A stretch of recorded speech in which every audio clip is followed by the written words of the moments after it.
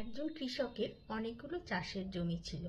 তার সাথে তার ছিল অনেকগুলো শখের জীবজন্তু। তো সেই সমস্ত জীবজন্তুদের মানে রাখার জন্য বা লালন পালনের জন্য তার একটা বড় খামার বাড়ি ছিল।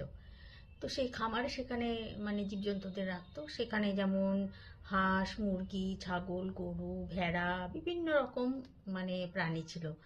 তারপরে বাদর, খরগোশ, বিভিন্ন রকম।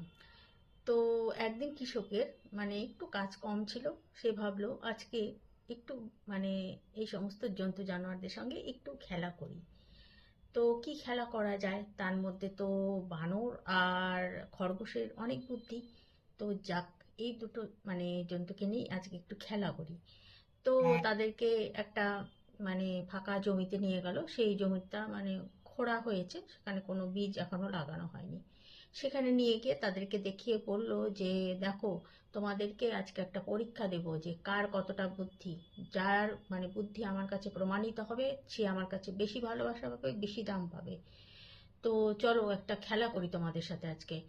সে সেই মানে ফাঁকা জমিটিতে নিয়ে গেল তাদের, এবং সেখানে গিয়ে বলল যে এখানে আমি অনেক গর্ত করেছি। তার মধ্যে 30-40টা গর্ত রয়েছে উপর দিকে।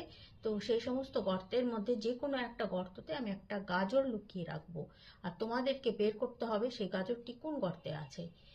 তো এই বলে তাদেরকে দেখালো গাজরটি। তারপরে গাজরটি লুকিয়ে দিল সেই কৃষক আর কি। আর ওই খরগোশ আর বাঁদরটিকে খুঁজতে বললো, বলে তিনি তার নিজের কাজে চলে গেলেন।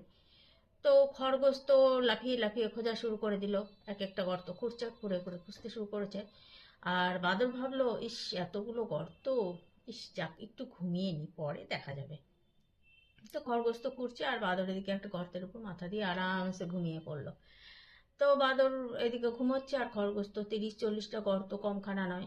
তো খুঁড়েই চলেছে, কোনো গর্তে কিছু নেই। তারপরে শেষ পর্যন্ত একটা লাস্ট গর্তে, যেখানে বাদরটি মাথা দিয়ে শুয়েছিল, সেই গর্তটির কাছে এলো। এসে বলল, বাদর ভাই একটু উঠতে হবে, একটু তোমার ঘুমের ব্যাঘাত ঘটালাম, একটু ওঠো তো দেখি। মনে হয় কৃষক আমাদের সঙ্গে মজা করেছে। দেখি তো এই গর্তের মধ্যে যদি থাকে থাকবে, না হলে তো আর গাজরটা খুঁজে পাচ্ছি না।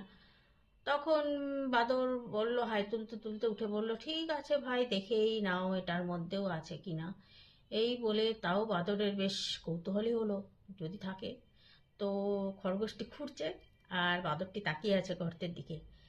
তো খুঁড়ে দেখা গেল খরগোশটি ওই গর্তের মধ্যেই গাজরটি পাওয়া গেল। এবং খরগোশ তো খুব খুশি, সে গাজরটি হাতে নিয়ে দে দৌড়।